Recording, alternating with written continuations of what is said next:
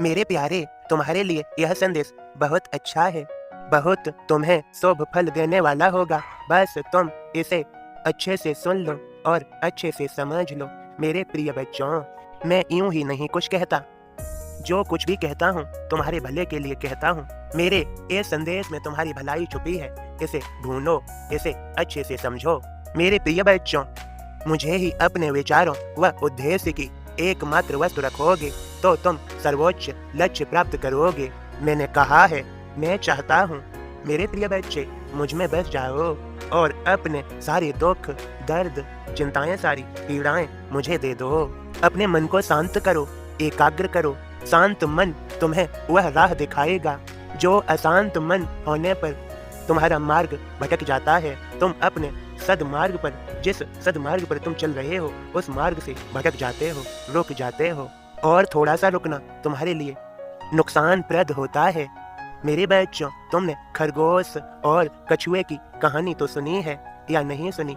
तो सर्च करके YouTube के माध्यम से सुन लेना खरगोश और कछुए की कहानी। खरगोश और कछुए में दौड़ होती है, कौन अपने लक्ष्य को प्राप्त करेगा, खरगोश या कछुआ, कौन जीतेगा? मेरे प्रिय बच्चों, कछुआ लगातार अपनी उसी धीमी धीमी चाल से चलता रहता है और वह जीत जाता है, लेकिन खरगोश रास्ते में अहंकार होने पर वह सो जाता है। वह सोचता है कि कछुआ मुझसे नहीं जीत सकता, तो वह सो जाता है और हार जाता है। मेरे प्रिय बच्चों, अपने सदमार्ग में, अपने सद विचारों में, सद कार्यों में धीमे ही सही लेकिन लगातार चलते रहो। मेरे बच्चों, खरगोश की तरह अहंकार अच्छा नहीं। जो कार्य हैं उन्हें कर डालो, सद कार्यों को निपटाते जाओ, जल्दी से, धीमे ही सही करते जाओ। अपने सदमार्ग से सद कार्यों के प्रति न भटको। अहंकार अच्छा नहीं, क्रोध भी अच्छा नहीं।